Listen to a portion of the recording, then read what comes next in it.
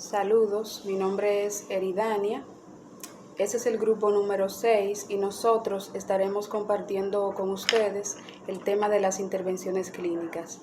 Este grupo, aparte de mí, está constituido por Mariela, Pamela, Rosani y Verónica. Buenos días, mi nombre es Rosani Lisset y voy a estar hablando sobre la intervención psicológica. Definición de intervención. En un sentido general, la intervención psicológica es un método para inducir en el comportamiento, pensamientos, sentimientos de una persona. La terapia se emprende para solucionar un problema o mejorar la capacidad del individuo para enfrentar comportamientos, sentimientos existentes que son débiles. La psicoterapia también incluye ayudar o a mejorar al paciente el sufrimiento como aspecto inevitable en la vida. Es muy útil como una oportunidad para el crecimiento de las personas. Los principales hallazgos fueron los siguientes. 1. La psicoterapia dio como resultado en alguna mayoría para la mayor parte de quienes respondieron, aquellos que se sentían mejor antes de comenzar el tratamiento, reportaron la gran mayoría. La segunda, en cuanto a cuáles tipos de profesionales de la salud mental fueron más útiles, los psiquiatras, los psicólogos y los trabajadores sociales recibieron marcos altos. Muchísimas gracias. Hasta aquí mi exposición. Espero que hayan entendido. Y bueno. Muy buenas tardes, mi nombre es Pamela Arias y yo le estaré dando continuidad al capítulo 11, que nos habla sobre la investigación psicológica. Curso de intervenciones clínicas. Hay tantas formas de intervenciones junto con tantas clases de problemas que es imposible de describir con precisión una secuencia de procedimientos que se aplicarán igual de bien en todos los casos. No obstante, puede ser útil examinar la secuencia general del progreso terapéutico. Contacto inicial es cuando los clientes se ponen en contacto por primera vez con la clínica o entran al consultorio del clínico. A menudo no saben con exactitud qué esperar, algunos estarán ansiosos y otros quizás suspicaces. En la evaluación, cada vez que existe el acuerdo mutuo, que es probable que el cliente se beneficie con el contacto continuo de la clínica, pueden hacerse una o más citas para evaluar su problema. En la meta del tratamiento, tan pronto como se integran los datos de la evaluación y el terapeuta, el cliente puede comenzar a considerar de manera más sistemática la naturaleza de los problemas y que pueden hacerse algunos al respecto. Algunos terapeutas describen esta fase como un periodo de negociación de las metas del tratamiento. Bueno, puesto en práctica ya el tratamiento, después de fijar metas iniciales, el terapeuta decide la formación del tratamiento, puede ser centrada en el cliente, cognitiva, conductual o psicoanalítica. En la terminación y evaluación y seguimiento, conforme con el terapéutico, comienza a creer que el paciente es capaz de manejar sus problemas en formas independientes.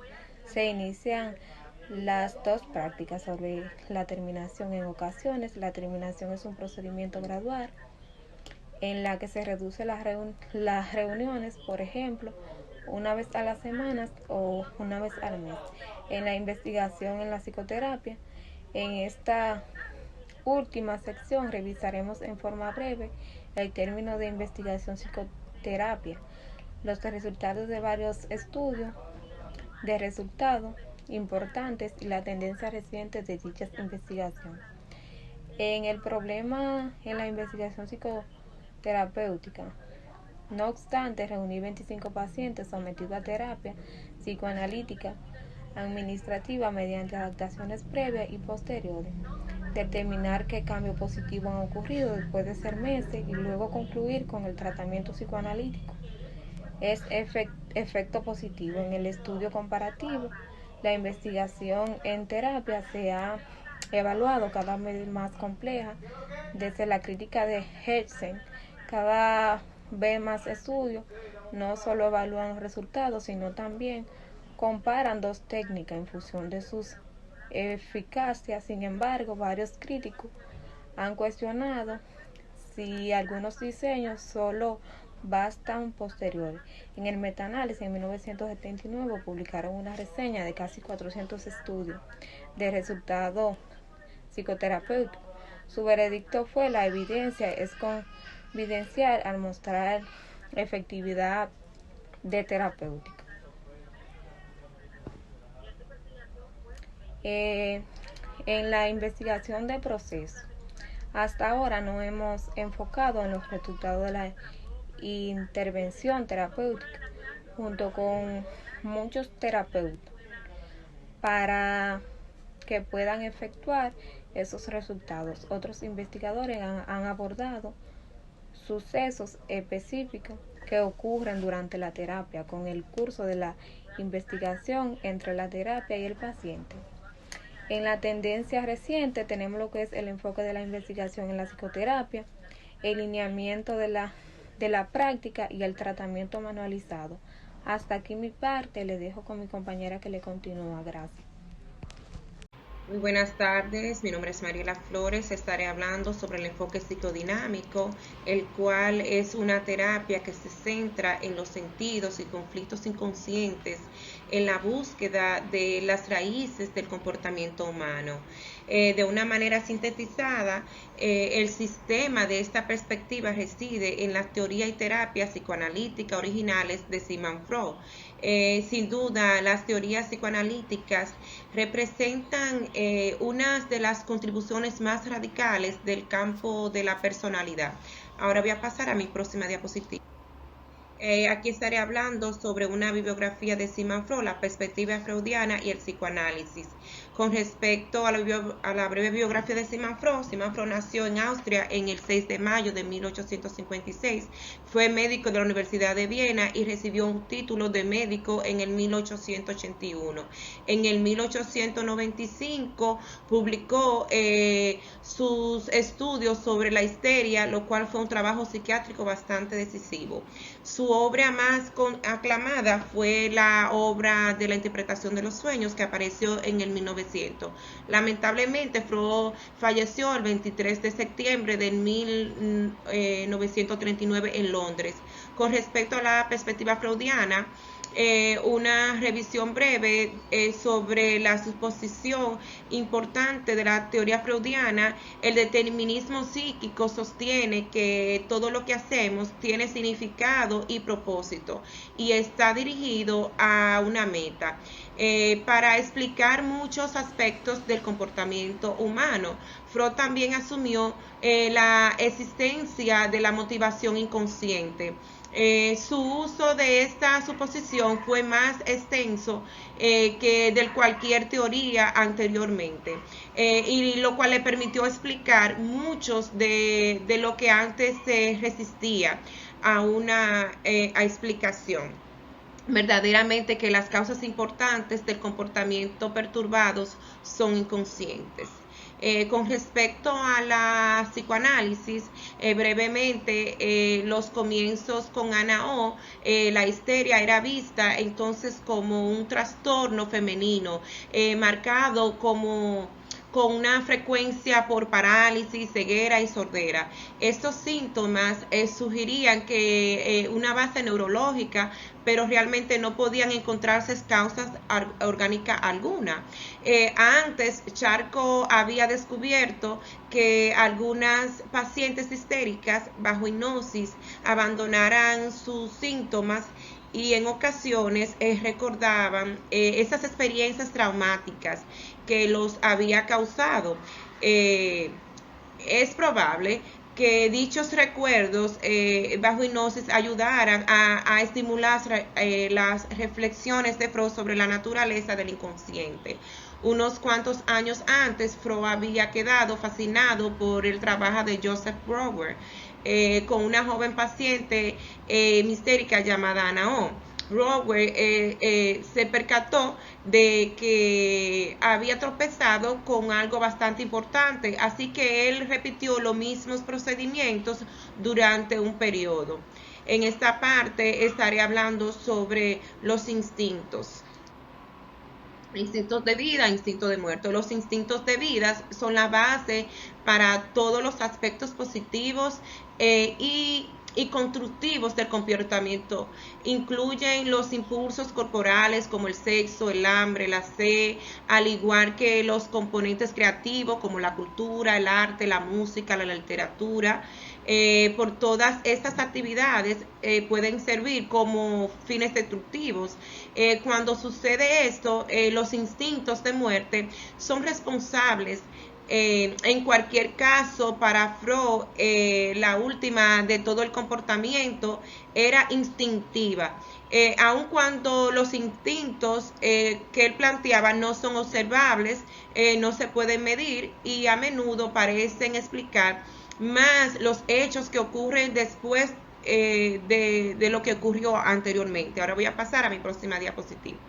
Aquí estaré hablando sobre las estructuras del yo, superyo y el ello. En el psicoanálisis considera que la personalidad compuesta por 3 estructuras básicas, el ello, el yo y el superyo. Lo cual tenemos información sobre este por medio del análisis de los sueños y de varias formas del comportamiento neurótico. Dentro del ello residen los impulsos instintivos con su deseo de gratificación inmediata. Se dice que el ello obedece a los principios de placer y trata de descargar la atención tan rápida como esté al alcance. Para hacerlo utiliza pensamientos primarios, gastando energía de una manera inmediata en actividad motora. El yo surge de las inadecuaciones del ello para servir y preservar el organismo humano. Opera con el principio de la realidad, difiriendo de la gratificación de los impulsos instintivos hasta que se descubre un objeto o una moda adecuada.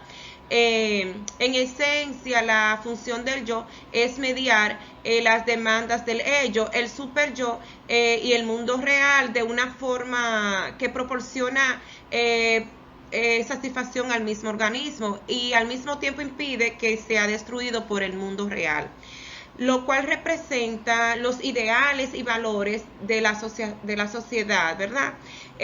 Por tanto, el superyo, la conciencia alarga, cumple castigar a los individuos del ello, haciéndolos culpables o inútiles, mientras que las recompensas del ideal del yo se experimentan como orgullosos y con una sensación de mérito. En general, la función del superyo es bloquear los impulsos inadecuados o inaceptables del ello, presionar al yo para servir a los fines de la moralidad, en lugar de la convivencia y generar un esfuerzo hacia la perfección.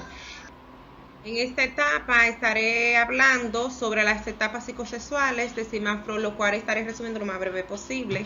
Sigmund Freud creía que cada persona pasa por una serie de etapas del desarrollo, denominadas etapas psicosexuales. Cada una de ellas está marcada por la participación de zonas erogéneas particular del cuerpo, en especial durante los primeros 5 años de vida. Enseguida por las diferentes etapas. Por ejemplo, aquí está la fase oral, que tiene que ver cuando el bebé se centra en ponerse todo en la boca, masticar, morder y esas cosas. La fase anal tiene que ver con la función de excreción asociada a la concentración, relajación de los músculos, también lo cual permite mitigar la tensión.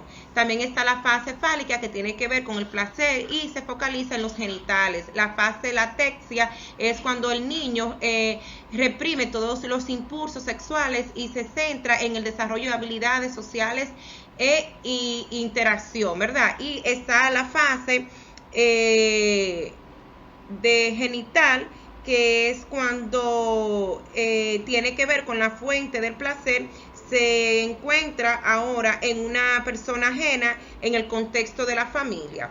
Ya voy a pasar a la próxima diapositiva. En esta parte estaré hablando sobre la teoría a la práctica. Como podemos ver, como dice su encabezado, teoría a la práctica, y como se mencionó antes, las experiencias de Brower con Ana O lo llevaron al descubrimiento de la curación con la conversación, lo cual a su vez se transformó en la asociación libre durante el trabajo de Freud con Elizabeth.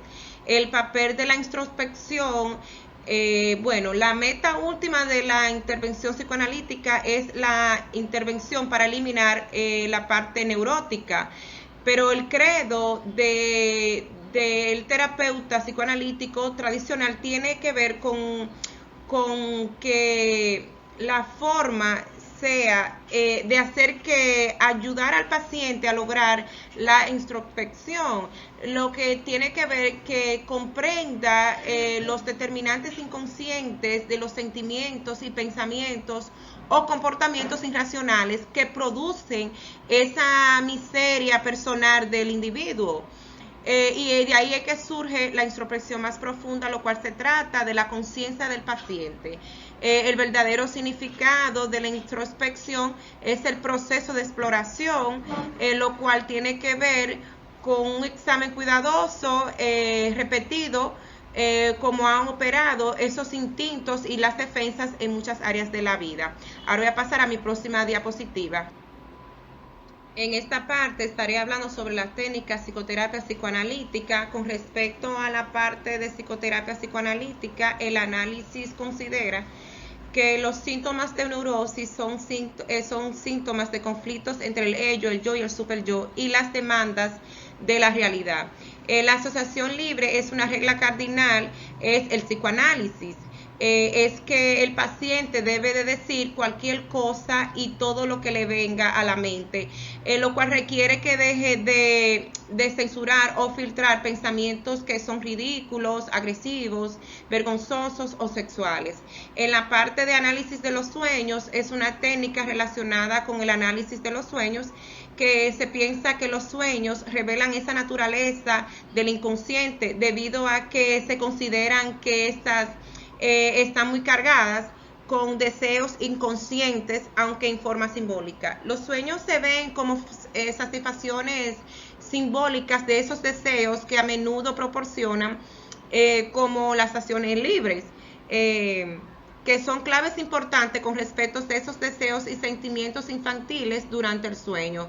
Las defensas habituales de uno mismo están relajadas y pueden surgir algún tipo de material simbólico. En la parte de psicopatología de la vida cotidiana, ese es ese análisis de Freud que ilustra otro método importante para obtener acceso a la parte del inconsciente. Desde el punto de vista de Freud, todo está determinado, no hay accidentes. La parte de resistencia, durante el curso de la psicoterapia, el paciente intenta evitar algunos esfuerzos por disolver algún método neurótico de resolver algún tipo de problema. Los pacientes son algún tipo de reacción, abandonar algún tipo de comportamiento que ha estado funcionando, aun cuando esos comportamientos pueden causar algún tipo de aflicción o daños.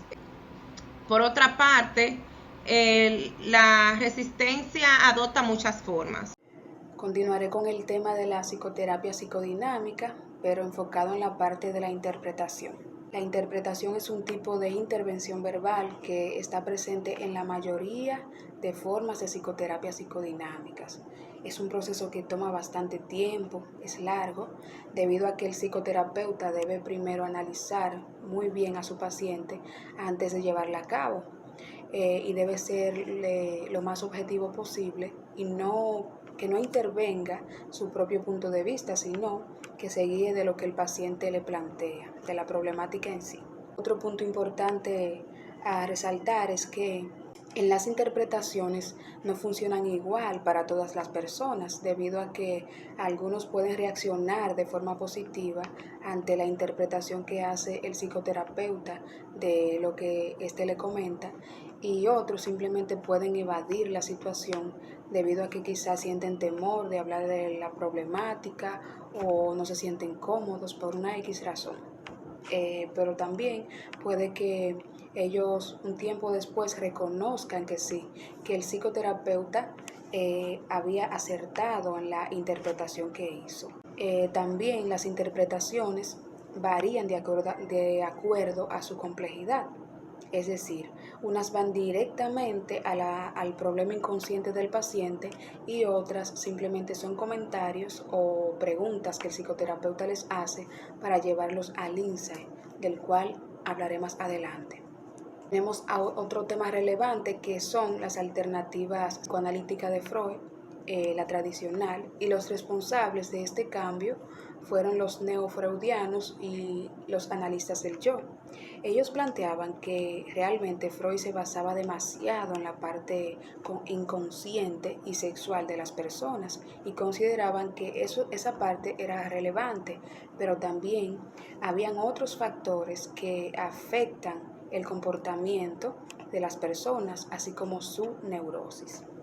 Entonces, aquí el psicoanálisis o teoría tradicional de Freud se volvió más flexible porque primero las sesiones de psicoterapia eran larguísimas y ahora no, ahora son más cortas. También la forma en que estaban o se colocaban tanto el paciente como el psicoterapeuta varió bastante porque antes el psicoterapeuta estaba a la cabecera del paciente y mientras que éste estaba acostado en un mueble. Ahora están frente a frente, es decir, el psicoterapeuta lo escucha al paciente desde su escritorio y éste habla sentado en su mueble todo lo que la problemática que le aqueja. Otro punto importante que ocurrió en esta parte de la teoría de Freud es que antes el psicoterapeuta solo tenía la posibilidad de interactuar con el paciente. Ahora no, ahora puede involucrar a familiares, amigos, es decir, puede hacer uso del contexto en sí en el que se desarrolla el paciente y esto le puede ayudar a que la psicoterapia sea más efectiva. Tenemos otro subtema importante que es la psicoterapia psicodinámica. Como su nombre lo dice, es un tipo de psicoterapia breve porque surgió de lo que es la crisis y del mismo psicoanálisis. Se basa en el síntoma principal que afecta al paciente y en la medida en que este síntoma va mejorando, entonces la psicoterapia se da por terminada. Pero a la vez el paciente tiene la opción de tratar otras áreas de su vida que pueden solucionarse con este mismo tipo de terapia. Otro tipo de o forma de terapia o psicoterapia es la intervención personal. Esta tiene que ver con la forma en que uno se relaciona con los demás. Se aplicó en la parte en lo que son las personas con depresión. También fue modificada para tratar problemas de bulimia y problemas de adicciones. Hay una pregunta muy importante en este tema y es, ¿funciona la psicoterapia psicodinámica? Diría que sí, porque un estudio realizado por Glass y otros, ellos demostraron que sí funcionaba. Ellos estudiaron la parte de la efectividad de la psicoterapia. Ellos dijeron que un promedio de personas o pacientes que se le había aplicado este tipo de tratamiento funcionaban bien en comparación con el 75% de quienes no habían recibido este tratamiento. Tenemos también a la interpretación e insight. Da el caso de que en la actualidad la mayoría de psicoterapias funcionan en base a que el paciente llegue a lo que es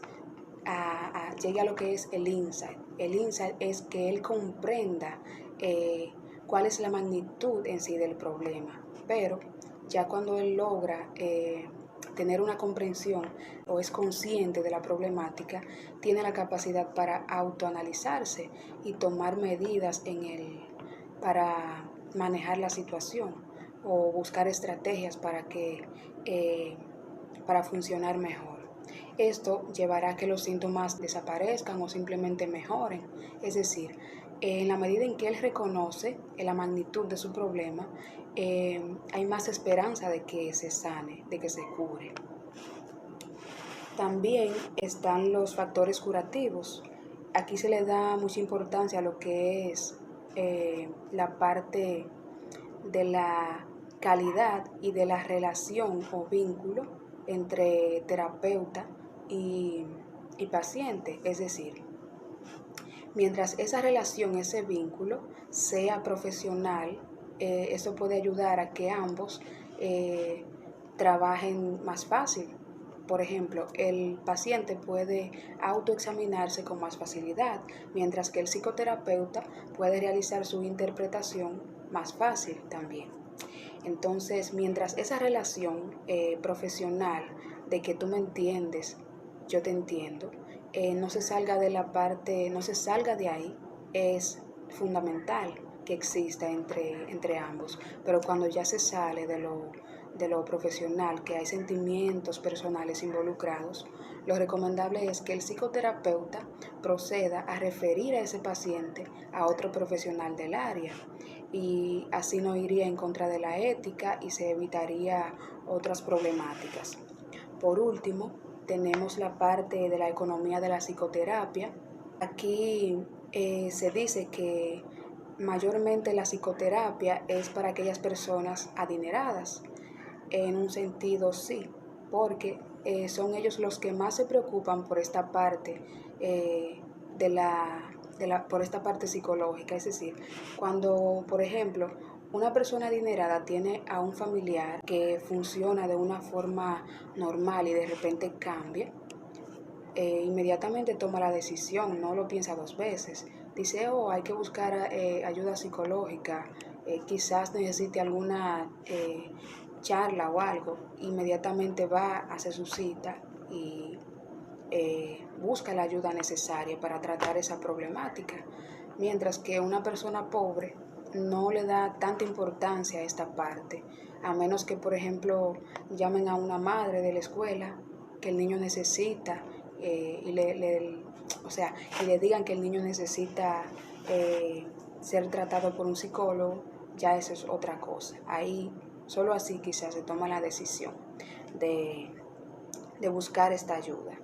Es decir, las personas adineradas le dan más importancia a la parte psicológica que una persona de escasos recursos. Por eso hay personas que dicen que la psicoterapia no funciona o que es un fracaso, pero no es un fracaso del todo, porque los profesionales que tienen los recursos necesarios, y eso le ayude a que esta área no sea tanto un fracaso para sí mismo y a tener éxito. Hasta aquí mi parte. Mi nombre es Verónica Consuegra. Mi tema está titulado Psicoterapia perspectiva fenomenológica. Terapia centrada en el cliente. En la perspectiva de Carl Rogers nos dice que esta es casi opuesta al psicoanálisis, aunque aún de ser así, esta comparten algunas características. Ambas teorías se desarrollaron de los encuentros terapéuticos con personas que tenían problemas, y como resultado se pudo comprender que esta perspectiva tiene una apreciación por la forma en que se relaciona con la terapia. Orígenes. La extensión plena de contribución de Rogers se hace evidente si recordamos el mundo de la terapia de la personalidad a finales de los 30. Se dice que como teoría y como práctica, el psicoanálisis era la fuerza predominante. En la teoría de los psicoanálisis, Gordon Allport y Kurt Lewin, ellos atraían algo de atención, pero el reflector real estaba sobre la teoría que tenían una asociación cercana con el tratamiento, lo cual se refiere al psicoanálisis.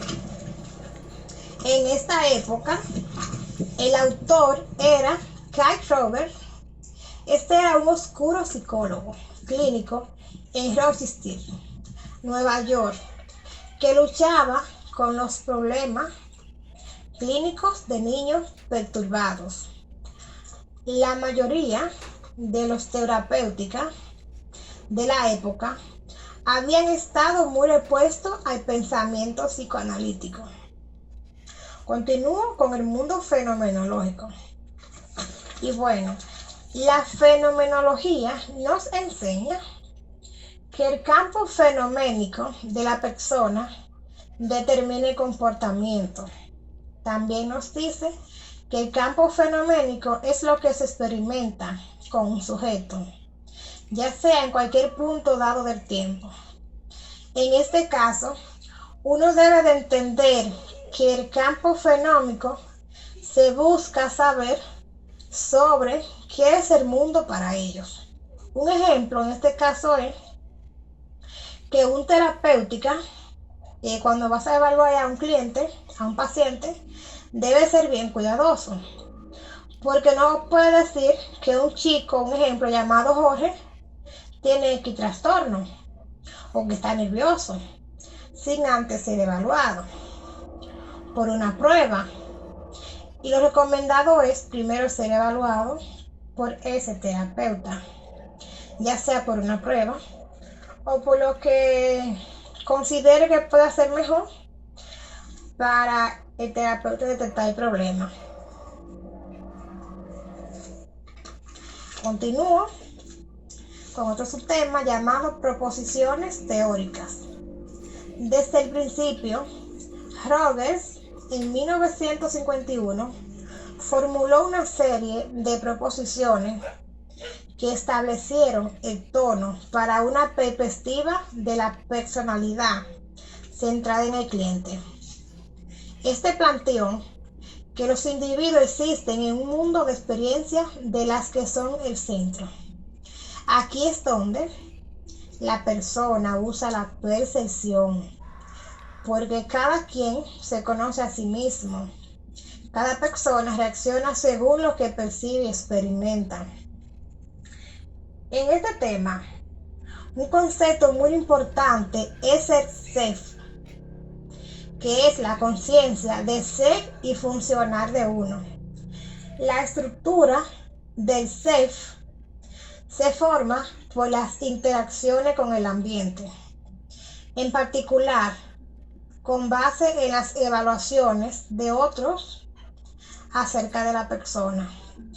El self es un patrón organizado, fluido y no obstante consistente de percepciones de las características y relaciones del yo o mí, juntos con valores vinculados a ellas. Buen día, mi nombre es Elisa Polanco. Yo le estaré hablando de lo que son los procesos de la terapia centrada en el cliente. En la terapia centrada en el cliente tenemos que el terapéutica no puede usar palabras tranquilizadoras, consejos, hacer interrupciones críticas y entre otras cosas. En este caso, el mayor trabajo de un terapéutica es, por ejemplo, demostrarle y transmitirle al cliente lo que es la tranquilidad para que el cliente así pueda sentirse acogedor y podamos hacer un mejor trabajo. En las secciones de la terapia centrada en el cliente, tenemos que esta se programa una vez a la semana. Como también tenemos aquí que se trabajarían 7 etapas. La primera etapa, hablamos de lo que hay una falta de expresión para resolver el yo, que no reconocen los propios sentimientos, relaciones íntimas percibidas como peligrosas. En la etapa número 2 tenemos que a veces se describen los sentimientos, pero las personas están lejos todavía de su experiencia personal. En la etapa número 3 tenemos que se caracteriza por la descripción de los sentimientos, palabras como inaceptable, expresiones del yo, como le había explicado, que no reconoce sus propios sentimientos, y entre otras cosas. Tiene en verdad en la etapa número 3 bastantes problemas que están, que hay que trabajarlo, porque es la situación como le explicaba del yo. En la etapa número 4 tenemos lo que es que hay una descripción libre ya de los sentimientos personales. En la etapa número 5 tenemos, ahí sí ya vamos padeciendo de que hay expresiones libres y aceptación de sentimientos que antes se negaba el cliente. En la etapa número 6 tenemos lo que es completamente la aceptación de los sentimientos sin necesidad de negociación. En la etapa número 7 tenemos lo que es el individuo, que ya ahí se siente cómodo con la expresión del yo, experiencia de sentimientos, tiene nuevos sentimientos, tiene nueva capacidad como para identificar la validez de la expresión. En el diagnóstico tenemos que ya el psicólogo se ve con una función más fuerte, con una autoridad superior que puede impedir que se desarrolle de la autoridad y la autorrelación. Bueno, tenemos lo que es otras aplicaciones. Aquí tenemos que el enfoque de la terapia central en el cliente fue desarrollada en el contexto de la psicoterapia consejera y que sigue siendo la principal aplicación. Gracias a esta aplicación podemos decir de que, bueno, existe una mejor forma para evaluar y tener en cuenta lo que es el cliente en lo que hemos trabajado desde el principio del yo, de que, bueno, de que el cliente, por ejemplo, no tiene, en las primeras etapas no tenía problemas en aceptar sus sentimientos, que no los reconocían, y entre otras cosas. Por otro lado, algunas instituciones como iglesias y entre otras utilizan el enfoque centrado en el cliente para fomentar las relaciones humanas mejoradas y, bueno, muchas instituciones ya tienen esto. Ha sido todo por mi parte, muchas gracias.